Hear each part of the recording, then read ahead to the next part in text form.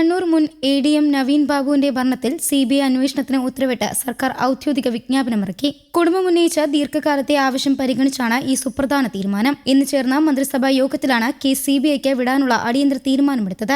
അതേസമയം നവീൻ ബാബുവിന്റെ മരണത്തിൽ ഇടതുമുന്നണിയെ രൂക്ഷമായി വിമർശിച്ച റാന്നി MLA പഴക്കുളം മധു രംഗത്തെത്തി. ഇടത് സർക്കാരിന്റെ പതനത്തിന്റെ കാരണങ്ങളിലൊന്ന് നവീൻ ബാബു കേസാണെന്നതിൽ ഒരു സംശയവുമില്ല എന്നും നവീന്റെ കുടുംബത്തെ സഹായിച്ചത് UDF സർക്കാർ ആണെന്നുമാണ് അദ്ദേഹം പറഞ്ഞത്.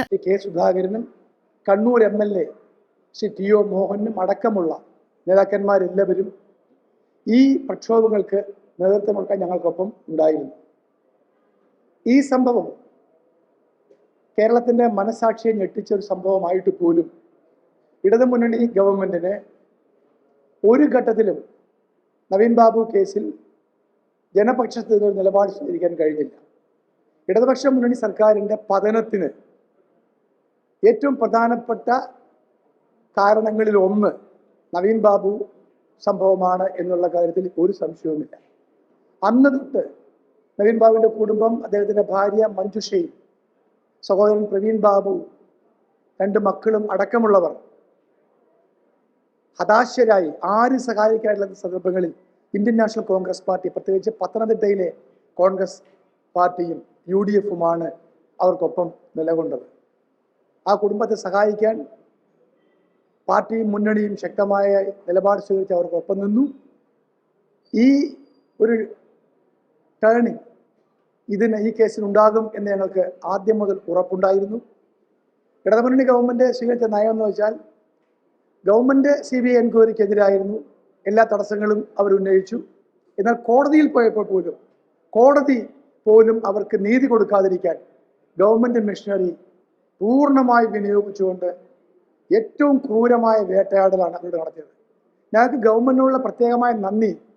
ആ കുടുംബത്തെ അനാഥമാക്കപ്പെട്ട ഒരു കുടുംബമാണ്. 2 പെൺകുഞ്ഞുങ്ങൾ അനാഥമായ ഒരു കുടുംബത്തിനെ അവർക്ക് അവകാശപ്പെട്ട ആശ്രയ നിയമനം പോലും കൊടുക്കാതിരിക്കാൻ ഗവൺമെന്റ് വല്ലാതെ പരിശ്രമിച്ചു. എത്രയോ സംഭവങ്ങളിൽ പാർട്ടി സഖാക്കന്മാർക്ക് നിയമങ്ങൾ മറികടന്ന് ക്യാബിനറ്റിൽ വെച്ച് ജോലി കൊടുത്ത ഒരു ഗവൺമെന്റ് നവീൻ ബാബുവിൻ്റെ കുടുംബത്തോട് അതിനേക്കാൾ വലിയ ക്രൂരത കാണിച്ചു.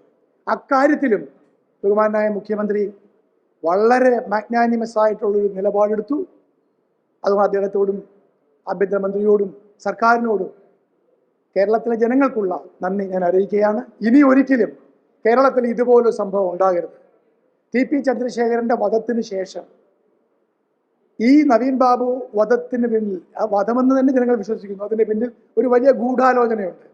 PP ദിവ്യ മാത്രമല്ല, അവർ കൂടാതെ അവർക്ക് മുകളിലുള്ള നിരവധി ആൾക്കാർ ഈ കേസിൽ പ്രതികളാകാനുണ്ട്. സത്യസന്ധമായ ഒരു അന്വേഷണം നടന്നാൽ കേരളത്തിലെ CPMനെ പിടിച്ചുലയ്ക്കുന്ന, കേരളത്തിലെ CPMന് ഇന്നുണ്ടായിരിക്കുന്ന പതനത്തിൻ്റെ ആക്കം കൂട്ടുന്ന ഒരു സംഭവമായി നവീൻ ബാബു കേസ് വഴിത്തിരിവായി മാറുന്നതാണ്. അതുകൊണ്ട് കേരള രാഷ്ട്രീയത്തിലും കേരളത്തിൻ്റെ പൊതുജീവിതത്തിലും നവീൻ ബാബു സംഭവം ഒരു അവസാന സംഭവമായി മാറാൻ, അവസാനത്തെ അധ്യായമായി മാറാൻ ഇതിടയാക്കട്ടെ എന്ന് ഞങ്ങൾ പ്രാർത്ഥിക്കുന്നു, ആശിക്കുന്നു. നവീൻ ബാബുവിൻ്റെ കുടുംബത്തിനൊപ്പം ഈ CBI എൻക്വയറി CBI ഏറ്റെടുക്കുമെന്ന കാര്യത്തിൽ സംശയവുമില്ല. കാരണം ഇത് നീതിയുക്തമായൊരു കേസാണ്.